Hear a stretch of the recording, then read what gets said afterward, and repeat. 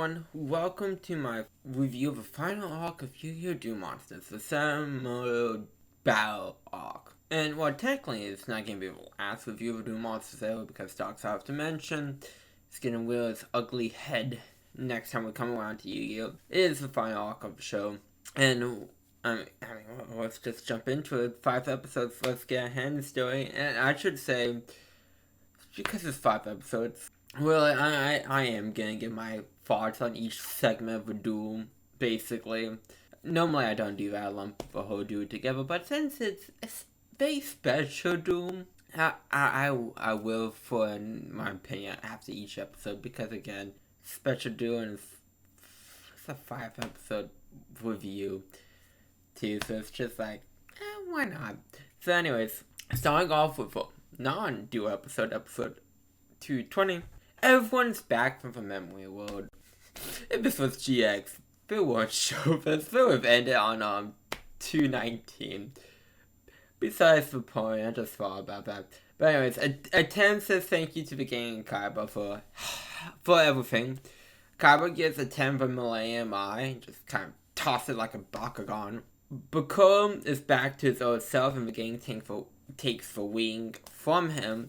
And the wing doesn't contain young Bakura anymore because he kind of got destroyed during the memory world arc. Atem picks up the Millennium Key and Skill, which are on the floor. They're there because Charlie was destroyed. Also in the memory world arc, a lot of death and destruction. Now it's time to seal up all 7 items and guide Atem sub to the afterlife. Village charts are guiding the gang. Via book because it has special meaning in ancient Egypt. And the hidden quest because west is where you go if you want to go to see the land of the dead. Grandpa, Mokpa, and Duke are here because why not? Well, Mokpa is here to check up on Kaiba because Kaiba left without saying anything. And then Grandpa and Duke are just, they're there. And Duke was like, hey, I called a bunch of friends, like Pegasus, the Dharma group, Vivian, Rex and Weaver. Get them out of here. Get Rex and Weaver out of here. They don't deserve to be with a friend group. Like, Rebecca, I think I got her. Well, Leon. Is that all from all the ones opponent? Because, I don't know, there's Mako, but then again, it's an odd one too. Besides the point, yeah, Duke told all those people the happenings in Egypt. Of course, there's a battle ritual when a 10 has to lose to get sent back to the afterlife. And it's not, back in the day it would have been with souls, but since they do with dual monsters, it's via children's card game now.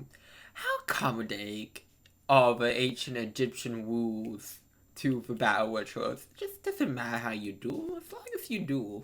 Joey wants to do a 10 and so does Kaiba, but Yuki's like, nah, I'm gonna do him. Kaiba offers Yuki some cards to help him out, but Yuki refuses because he goes like, no, I'm gonna build my own deck with the cards that I currently have. Taylor is struggling with the idea of Atem going away, which I feel like this would be stronger if it had the season 0 content of her having a crush on Atem, just a tiny bit. Like, I know she's all about friendship. I don't know if there's strong of a reaction. I don't feel like there's enough content in, like, Duel Monsters to, like, really justify it. Like, I get you upset about your friend and stuff with it, but, like, Taya is, like, really, really, really upset about it. Like, you know, it's like, she's saying goodbye to her mother on her deathbed, like, upset. Which, basically, kind of is, I guess, because you're sending him to the afterlife. Okay, so I mean, I would retract it a bit, but, like, compared to, like, Joey and Tristan, like, she is so, like, I'm not saying she doesn't have a right to be upset, she does, but it feels like more interaction. I think that's what I'm going for, like, more interaction between the two, because there really isn't any. I mean, there is, but there isn't. Like, she cheers him on during duels, and that's, like, most of the interaction. We really don't talk too much. Well, I mean, we did have a day in battle say where we had to deal with Johnny's steps. But other than that, that's kind of like the major one. But, like, like, she went to, like, Yugi's room when he was building his deck, and a 10 was deep in the mine, so he doesn't see Yugi's deck building because that would be cheating. And Tails upset that she didn't get to talk to a 10. And then a 10 switches with Yugi, and Yugi does the same for a 10. This episode's fine. It's really just setting up, the duel. Well, it runs for purpose and does it fine. Nothing too great in this episode, but nothing bad. I mean, again, I will probably have a little more, like, Taya 10 moments to, like, really solidify Taya's reaction to all of this a bit. I'm not saying they had to, like, date or anything like that. Just a little more screen time between the two. I think that's what's missing. And honestly, there's more screen time between him and Tristan and Joey too. I mean, about Romeo and Evil. But I think that's, like, the main, I guess, issue, per se, with one of the main issues, if not the only issue with Arc, really. It's just a little more screen time, I think. Interaction with the 10, with the rest of the game would have done wonders. At least for me. It might be enough for some people, but for my liking, I would have liked it a little more, especially for, like, 224 episodes. But anyways, dub changes. The reference when Joey was possessed by Merrick, when he was giving Tristan crap for being possessed by Zulk. Pegasus monologues a bit more in the dub, because Pegasus had, like, maybe, like, one line of a sub, and Pegasus just, woo, in the dub, just would not stop talking. There's some different cards in Cabba's briefcase, like, in the dub there was World of the Red, and I know for sure about in the sub version. And then Yugi didn't know that 10 was hiding in his mind not to see his deck. He's like, oh, I didn't see you for a while. Instead of, like, knowing, getting the sub version. Anyways, moving on to episode 221. Tay wants to stand with a 10 a bit longer, but the ritual must happen when both duels are at the peak physical condition. All joking aside, they must be at the top of the game. And if they don't do it now, a 10 would be stuck here forever.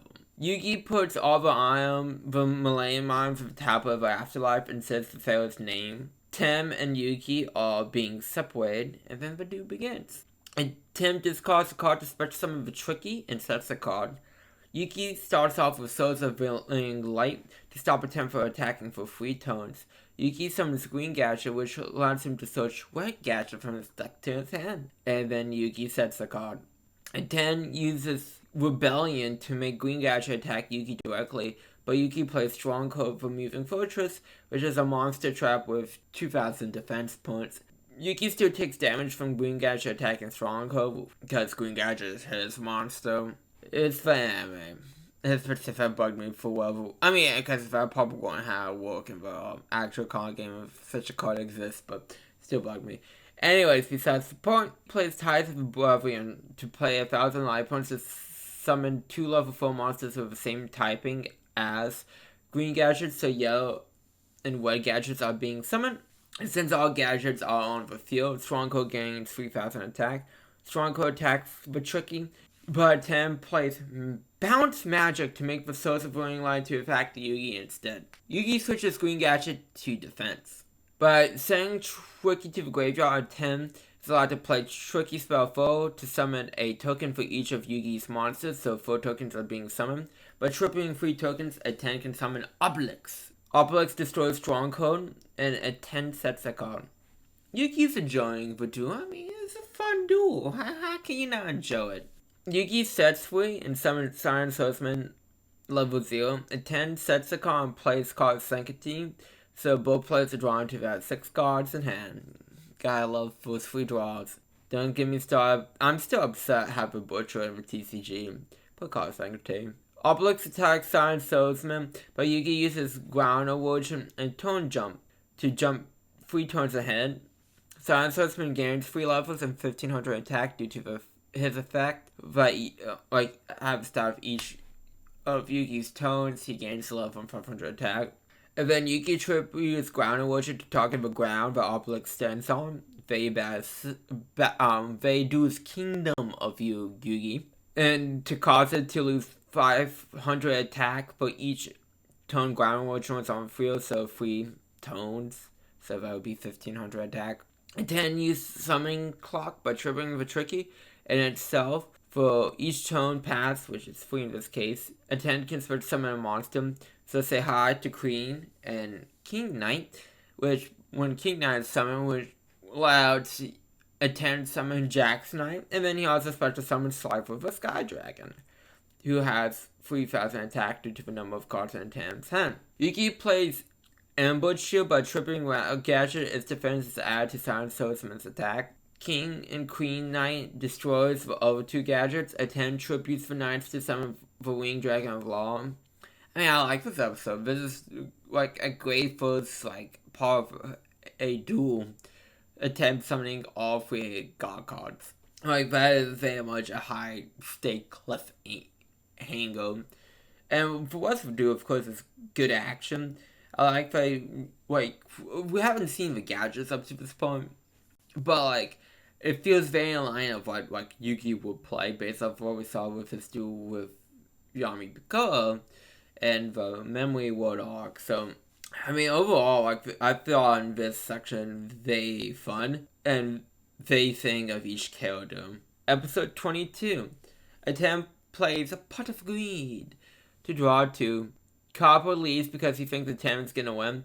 Yugi stops Copper because he wants Copper to see a 10 go to the afterlife, which basically is him declaring, I'm gonna win. Yugi's skill, but also feels like he can't catch up to a 10. A 10 says he knows Yugi knows how to be a 10 because he followed 10 when building his deck, and 10 goes I know this because I followed you when I'm building my deck. So each deck represents what they learn from each other. Silent Swordsman gains a level and 500 attack. Yugi tributes the 3 Magna Warriors in his hand to summon Victron the Magna Warrior. So the effect goes off to lower Victorion's attack by 2000. But Yugi plays Mirage spell to make Yugi gain the 2000 points as life points instead. Yugi sets to attempt draws Potomac and Slifer gains 1000 attack and destroys Silent Swordsman.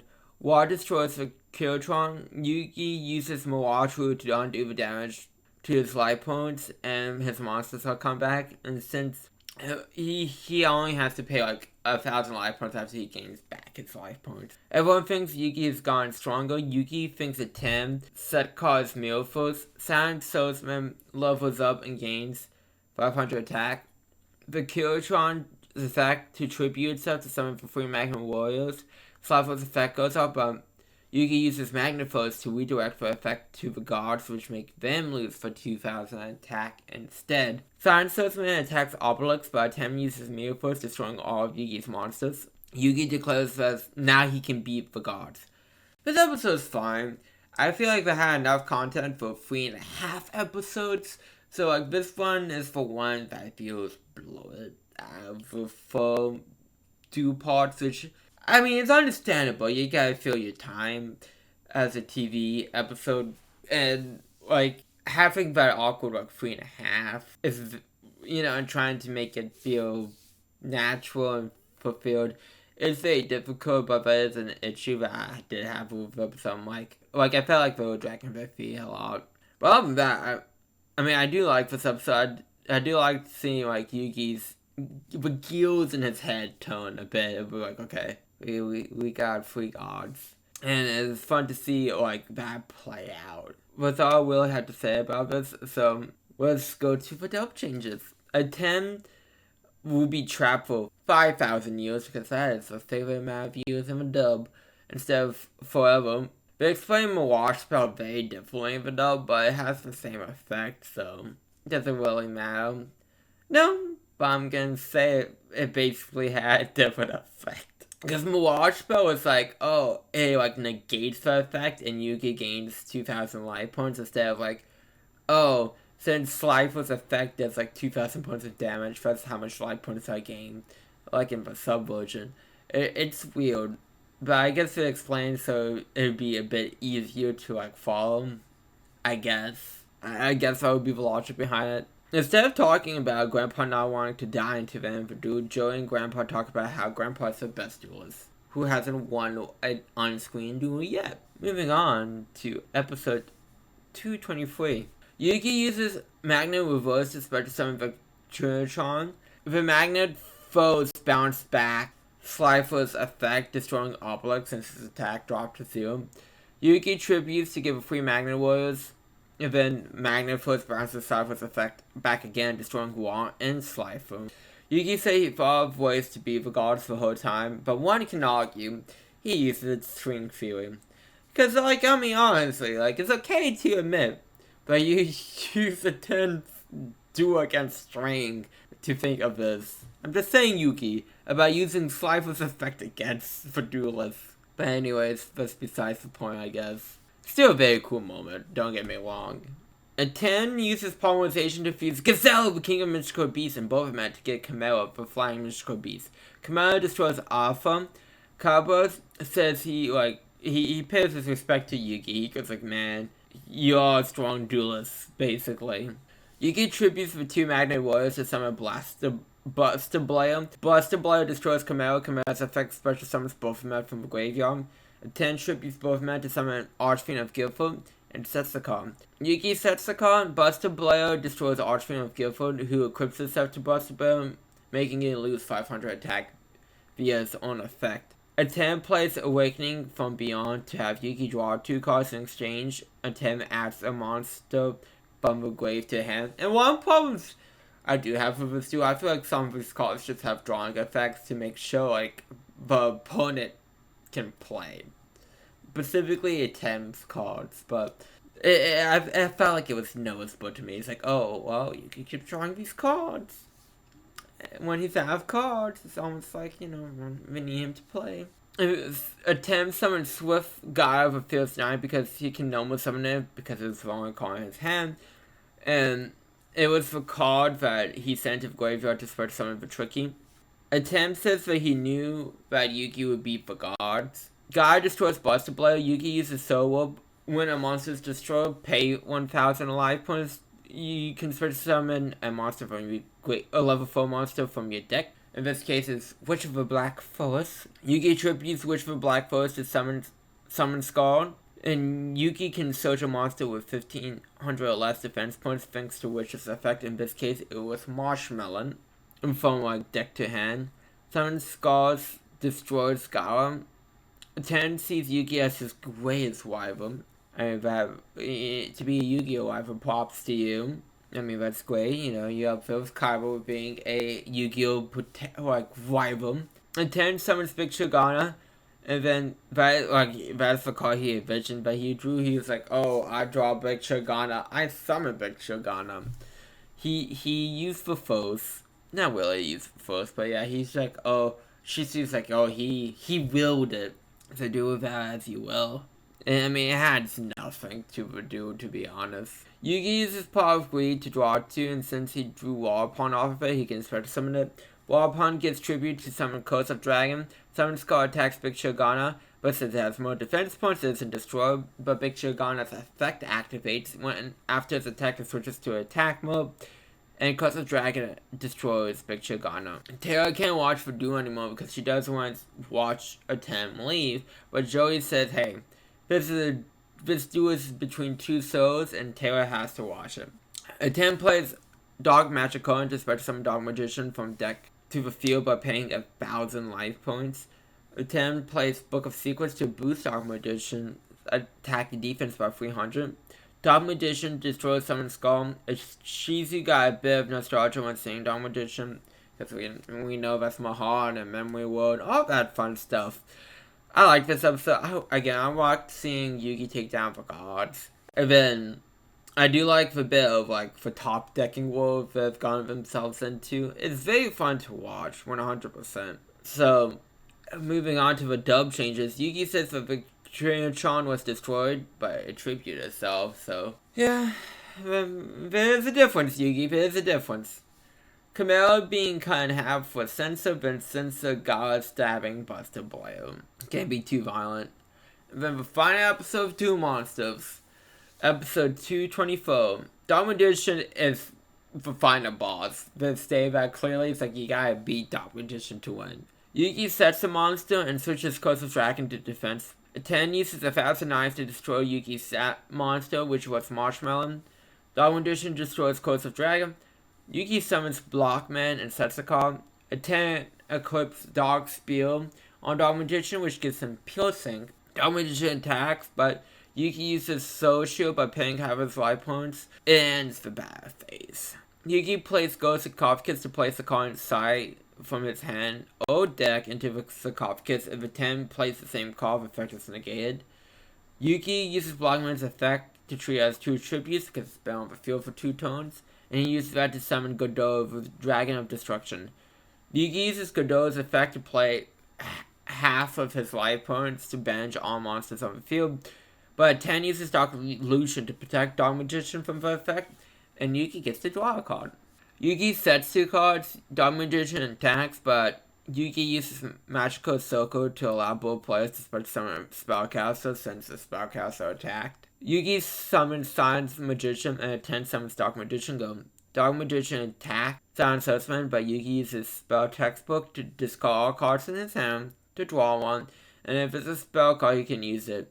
Yugi discards 0, which that would not be allowed in Modern Yu-Gi-Oh! It would say like minimum 1 card, but besides the point. I don't think that would have even been allowed back then, but again, besides the point. And he drew card Sanctity, so both players draw into that 6 cards.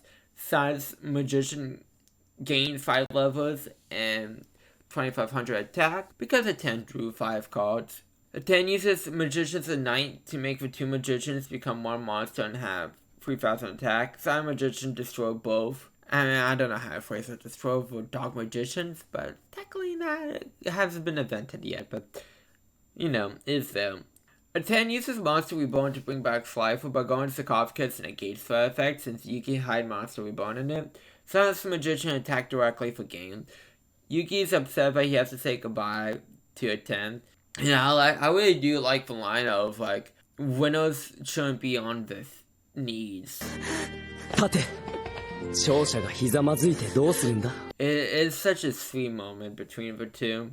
The 10 says he learned kindness from Yugi and that Yugi's strength is kindness, which, again, they really don't show during New Monsters. They show the whole, like, you know, not killing Kaiba during Duel's Kingdom and the whole Raphael thing, but the whole Raphael thing and the Sea of Cackles, I felt like was too late in the story to try and pull that off. And then Duel's Kingdom was fine, but I feel like the coach showed that a lot more.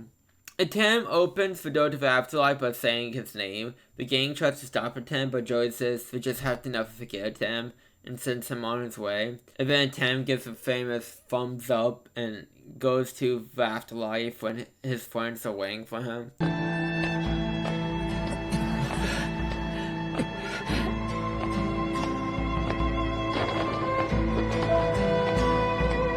But the tomb is collapsing as we see Charlie for one last time. The end crowds, we're seeing a lot of old faces. And Joey Shen, like we see Randy, like Mako, Aspawoba, Mai and Vivian teaming up against the Paradox Brothers. So I got a question then. Like, if you lose to, like, both Mai and Vivian, we become both love slaves. I don't know why they like for her. I don't know. That's weird. But anyways, these are the questions that keep us up at night.